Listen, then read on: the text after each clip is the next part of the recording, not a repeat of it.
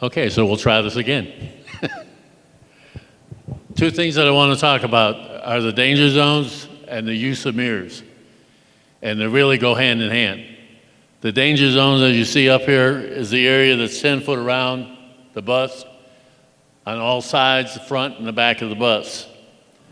And as they show on the slide, the most ideal position to have them getting off is in the green area. So they get off on the door side and they walk up the driveway.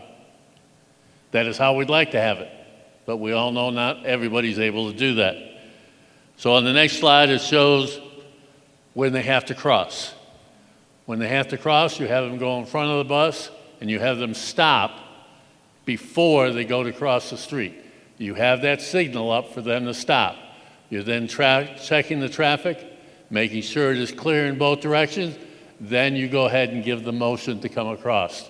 And that'd be the next slide. The thing that we need to be aware of on that next slide is where is your attention going to be as they're walking across that road? You're guiding them there. Where are your eyes? Over there where they are. What could be happening over at this door? I had a case where one of my rowdy kids that I had in the front seat took a hat off of another kid and threw it out the door as I was watching that student cross.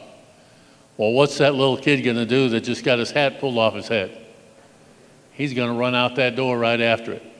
So it is my best safety idea that when they get off the bus and they are crossing the road, that when they get off the bus and start to make that turn, you go ahead and put that door switch in the middle and have that door closed. Because that way you can be assured that when your attention is over on this side of the road, you don't have something happening and a kid getting out the door that you don't know about. So that is a very important thing with that. The next slide, you have another look at it. And this is, again, showing the danger zone 10 feet all the way around. The mirrors are a big part of our being able to see that. But one of the things you need to be aware of, if you look at the next slide, this is the area that a lot of us don't think about. Where that circle is, I had a time where because it was a very narrow road and I didn't want to put the person in a ditch, I was kind of towards the middle of the road. And I opened the door, and as I started, the kids started to get off, I heard a sound. I looked in my mirror, and here a four-wheeler was coming up alongside the right side of the bus. If I had not been able to grab that kid's coat and keep him from walking down, he would have walked right in front of that four-wheeler. So there are times that people are idiots, and they will do stupid things like that. And so you have to be aware that there will be the possibility of people crossing on that side of the road. Now, the next slide goes into the mirrors. And this is one that as I'm training, and of course as we train, we take people in every kind of bus we have. So they are exposed to all of them. And I will get on the bus of another driver's, and I'm pretty amazed at how some of the mirrors are adjusted. And my thought is, how in the world can they see what they need to see with the way these mirrors are adjusted? On our big buses, the top mirror should be adjusted so that you see the back tire at the road. The middle mirror should be the side of the bus, what the traffic that's alongside the bus. And of course, the crossover mirrors should have the front view in front of the bus, but it should also go back to the front tires on the side. So if you look at that next slide, you have a third of the bus should be in that mirror. If you notice,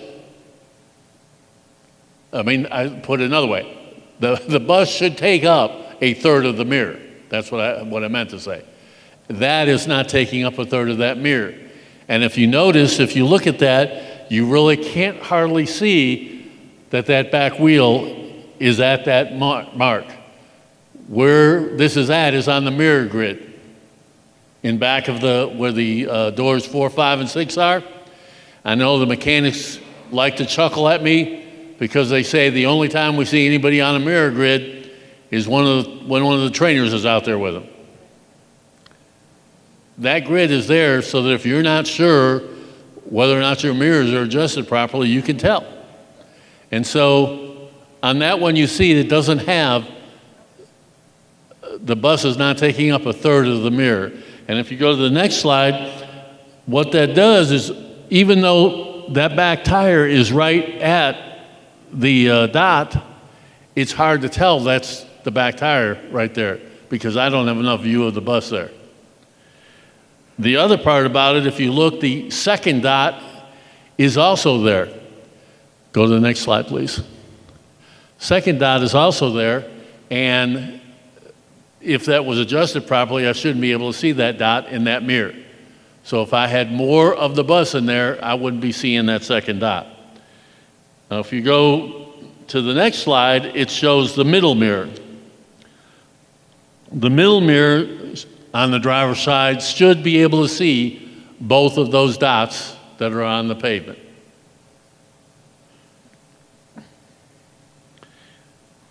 If you go to that next slide, you actually see there is enough room that if there was a third dot on that side, I would be able to see it. But that's just another sign that that has not enough bus in that mirror. It's too far out instead of being closer to the bus.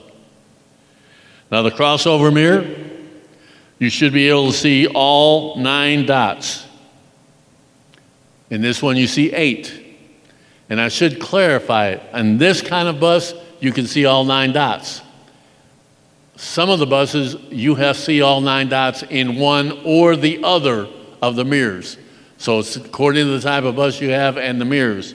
But in this one, we see 8 of the dots that are in front of us. And that is showing that we have the view out in front of the bus. But what you also see is the 1 dot that's at the front tire. And so the idea behind that is your mirror, your crossover mirror, when you get close to a curb, you should be able, and you're turning the wheel, you should be able to see in that crossover mirror how close you are to that curb. So it gives you that clear view, because there are times where you're hanging over a curb and it feels very uncomfortable. If you're not able to see exactly where you are in that mirror, it can be very unsettling.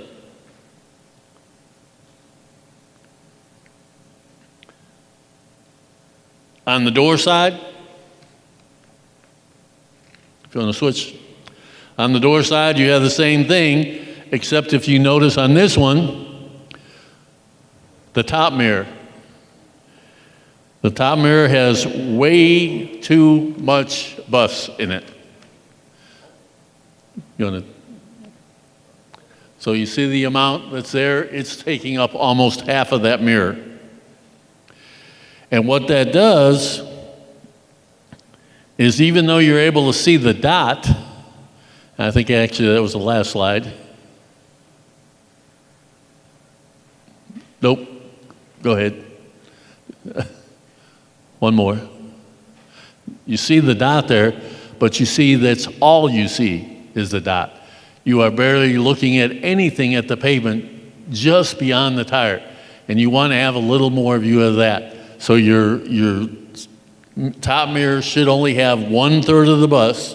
And if you go ahead and go to the next slide, that much that I have in red there is all that I should see bus in. The rest of it should be alongside the bus. The middle, again, all 3 on this side, all 3 of the dots should be visible, and that middle bus is actually adjusted. The middle mirror is adjusted pretty well. You go to the next one is the crossover mirror, and you do see all 9 dots visible on that one. And you also can see the front tire.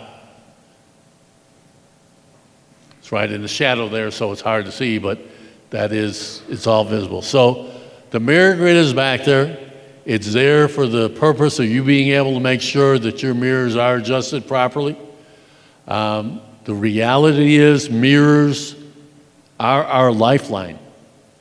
We absolutely cannot safely drive the bus if we don't have the mirrors adjusted properly. Now, interestingly, the one bus, this was a bus that I actually took these pictures, and then John took a driver out to train in, and lo and behold, on the one side, the crossover mirror popped out of the corner. And so that's the other thing to watch when you're checking your mirrors and adjusting your mirrors, to make sure you don't have any breaks or any problems with them coming out of the brackets that they're supposed to be in. So again, we're going to be transporting students. We're going to be doing something we haven't done in several months now. The mirrors are our greatest way of making sure we keep those kids safe. So you want to make sure you use your mirrors, be aware of that safety zone, and keep the kids safe. So thank you.